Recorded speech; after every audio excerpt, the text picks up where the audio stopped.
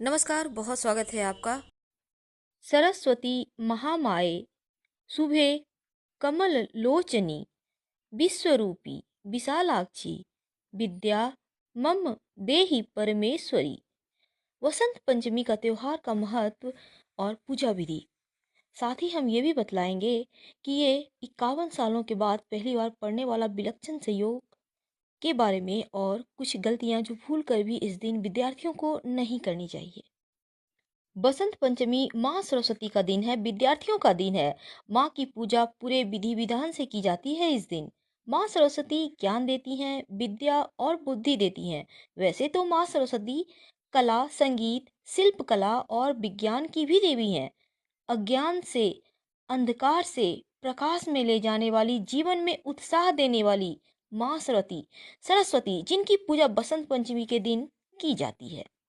इस दिन विद्या, बुद्धि का और ज्ञान का वरदान मांगा जाता है इनसे। वैसे तो बसंत पंचमी के दिन पीले वस्त्र का खास महत्व है।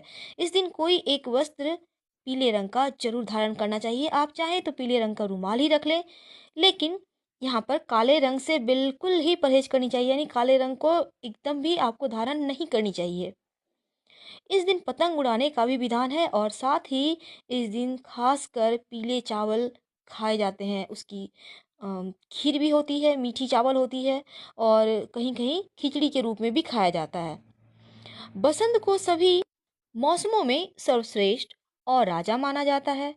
इस समय ना तो बहुत गर्मी होती है और ना ही सर्दी। पेड़ पौधे पर ढेर सारे रंग बिरंगे फूल लग जाते हैं। सरसों के पीले फूलों से सारा जहां चमक जाता है। और इस बार बसंत पंचमी माघ शुक्ल पंचमी की तिथि, इस दिन माँ सरस्वती ने अवतार लिया था, ऐसा माना जाता है। माँ सरस्वती ब्रह्मा की पत्नी के रूप में भी कहीं कहीं वर्णन आता है। साथ ही सरस्वती नदी के रूप में भी है। रविवार के दिन बसंत पंचमी का जो दिन है, अबुझ नक्षत्र है और रवि सिद्ध योग है, यानी दो दो बहुत सुंदर से योग बने हुए हैं। और पूजा करने का सबसे शुभ मुहूर्त होगा सुबह 6:40 से लेकर दोपहर 12:12 तक। ये सबसे ज्यादा शुभ मुहूर्त है। और अपनी सुविधा के अनुसार आप सुबह स्नान कीजिए, स्वच्छ वस्त्र धारण कीजिए और बिना नहाए कुछ मत खाइएगा। साथ ही इस दिन माँ सरस्वती की आराधना कीजिए। आपके पास जितने भी कॉपी हैं, बुक हैं, पेन हैं, सब कुछ आप माँ के पास चरणों में रखें। उन पे पंडित जी से कहें थोड़े से चावल और पुष्प अर्पित कर दें। आपके जो आपने नए पेन रखे हैं उसमें कहिएगा मौली धागा बांध देंगे और ये मौली धागा लगा हुआ पेन से आप एग्जाम दीजिए, आप पढ़ाई कीजिए। आपका हैंडराइटिंग भी सुंदर होगा, पढ़ाई में मन लगेगा, पढ़ा हुआ याद रहेगा और सबसे खास माँ सरस्वती की कृपा भी आप पर बनी रहेगी।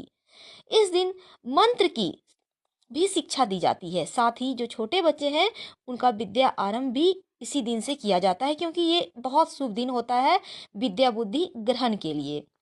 इस दिन माँ लक्ष्मी जी और भगवान श्री गणेश जी की भी पूजा की जाती है। वैसे भी बिना गणेश जी की तो पूजा आरंभ ही नहीं होती। और जैसा हमने कहा, किताब कलम की पूजा जरूर कीजिएगा। और माँ को सफेद चंदन और साथ साथ आपको पीले और लाल कलर के पुष्प अर्पित करने हैं। दोस्तों, क्या आपको पता है इस दिन भगवान शिव जी का तिलकोत्सव के रूप में मनाया जाता है, यानी इस दिन शिव जी का तिलक तिलक चढ़ाया जाता है उनको। और इस दिन से गुलाल खेलने का आरंभ हो जाता है फगुआ के गीतों के साथ। और अबीर खेलने की शुरुआत तो हो ही जाती है। कुछ चीजें जिसे इस दिन मत कीजिएगा सरस्वती पूजा के दिन, जैसे कि भूल कर भी काले रंग के कपड़े मत पहनिएगा, नॉनवेज मत खाइएगा और अगर संभव हो तो सात्विक भोजन कीजिएगा। सात्विक भोजन का मतलब है लहसुन प्याज मत खाइएगा। इस दिन झगड़ा लड़ाई वाद विवाद मत कीजिएगा। और विद्यार्थियों के लिए खास इस दिन पढ़ाई नहीं करनी चाहिए, पता है ना आपको। एक दिन आप पढ़ाई मत कीजिए, मस्ती कीजिए, जो पढ़ा हुआ है उसे ही आप याद कर लें और माँ की आराधना कीजिए। इस दिन भूल कर भी किसी भी पेड़ पौधे को मत काटिए, क्योंकि बसंत का मौसम ही होता है हरियाली का मौसम। और आप पूजा कैसे कीजिएगा? सुबह स्नान करके पीले वस्त्र धारण करें, उत्तर पूर्व में माँ सरस्वती की तस्वीर या मूर्ति रखिए और सफेद चंदन अर्पित करें, पीले सफेद पुष्प अर्पित करें। और मंत्र है ओम ऐं सरस्वते नमः। इस मंत्र का जितना ज्यादा हो जप करें, कम से कम 5 बार तो जरूर ही कीजिएगा। फिर पंचामृत आप अर्पित करें और पंचामृत बनेगा दूध, दही, तुलसी के पत्ते मिश्री और शहद सबको मिलाइए, पंचामृत बनाइए, माँ को भोग लगाइए, सब कोई प्रसाद के रूप में लीजिए, पूरी निष्ठा से पूजा कीजिए। माँ सरस्वती आपके जिह्वा में विराजित रहेंगी। माघ महीने की शुक्ल पक्ष की पंचमी तिथि को बसंत पंचमी का त्यौहार मनाया जाता है और बसंत पंचमी के दिन कुछ ऐसे कार्य हैं जो भूल कर भी नहीं करना चाहिए, खासकर जो विद्यार्थी हैं उनको। धार्मिक मान्यताओं के अनुसार इस दिन ब्रह्मा जी ने माँ सरस्वती की उत्पत्ति की थी और इसीलिए बसंत पंचमी के दिन माँ सरस्वती की पूरे विधि विधान के साथ पूजा अर्चना की जाती है। माँ सरस्वती जो ज्ञान की प्राप्ति की देवी हैं, ज्ञान की देवी हैं और बसंत पंचमी चूँकि प्रकृति का उत्सव है, इस दिन विशेषकर पीले रंग, सफ़ेद वस्त्र या गेरुआ वस्त्र आप धारण करें। लाल और काले रंग से परहेज करें तो अति उत्तम होगा। पीला रंग उत्साह का है, उल्लास का है, दिमाग की सक्रियता बढ़ाने का है, तो इस दिन प्रयोग करें। लेकिन इस दिन क्या ना करें?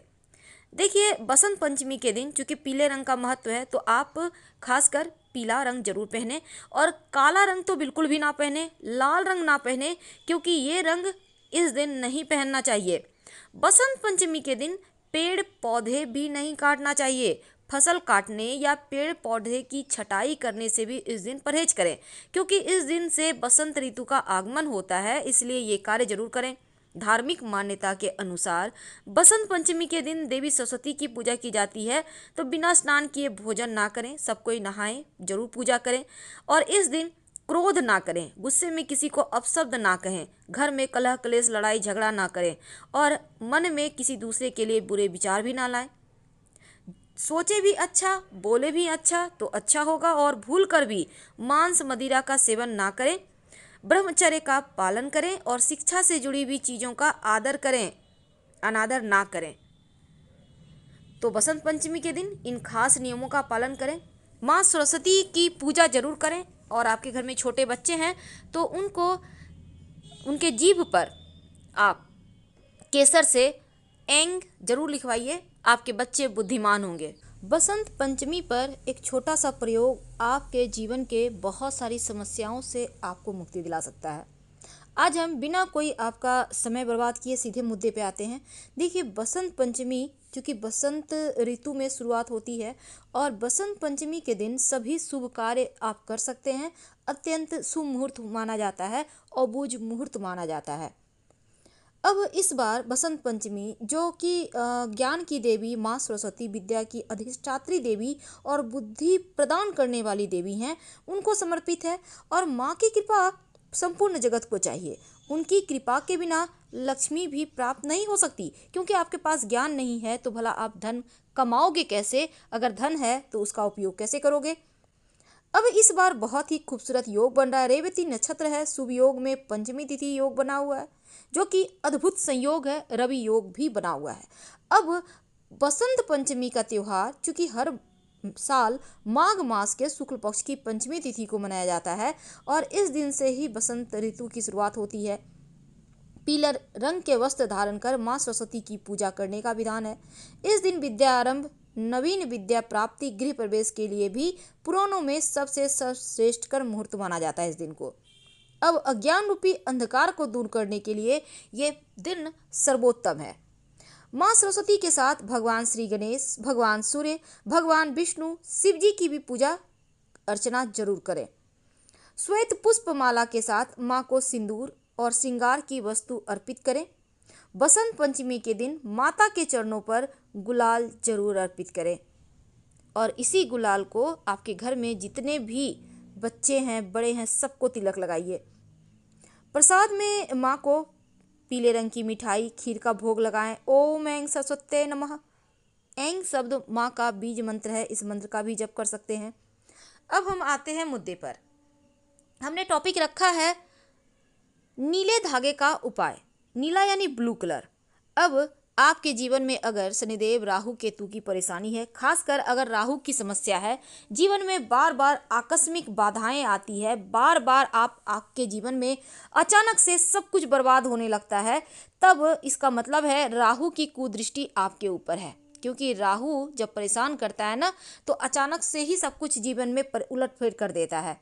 तब ऐसे में आपको माँ सरस्वती की जब आप पूजा करेंगे तो उनको गूगल और कपूर की धुनी दीजिए और मीठा बांटिए। दूसरी बात, माँ जो सरस्वती की पूजा करेंगे तो उनको सफ़ेद चंदन का तिलक कीजिए और ऐसी स्थिति में सफ़ेद चंदन का एक टुकड़ा, आप चाहें तो 2 टुकड़ा भी ले सकते हैं, इसको माँ सरस्वती के चरणों में अर्पित करें और एक नीले धागा को अर्पित करें। फिर नीले धागा में ये जो चंदन का टुकड़ा है इसको बांधकर जो बच्चे हैं उसके दाहिने हाथ में, आपके घर में बड़े हैं आप खुद भी बांध सकते हैं, दाहिने हाथ में इसको बांधिए।